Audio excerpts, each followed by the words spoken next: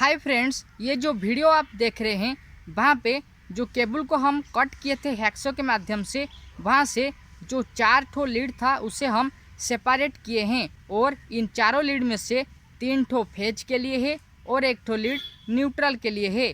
और इससे जुड़े कंप्लीट वीडियो के बारे में जानने के लिए आशुतोष इलेक्ट्रिकल आर्किटेक्चर चैनल को सब्सक्राइब करने के साथ साथ बेल आइकन में ऑल ऑप्शंस को क्लिक कर दीजिए।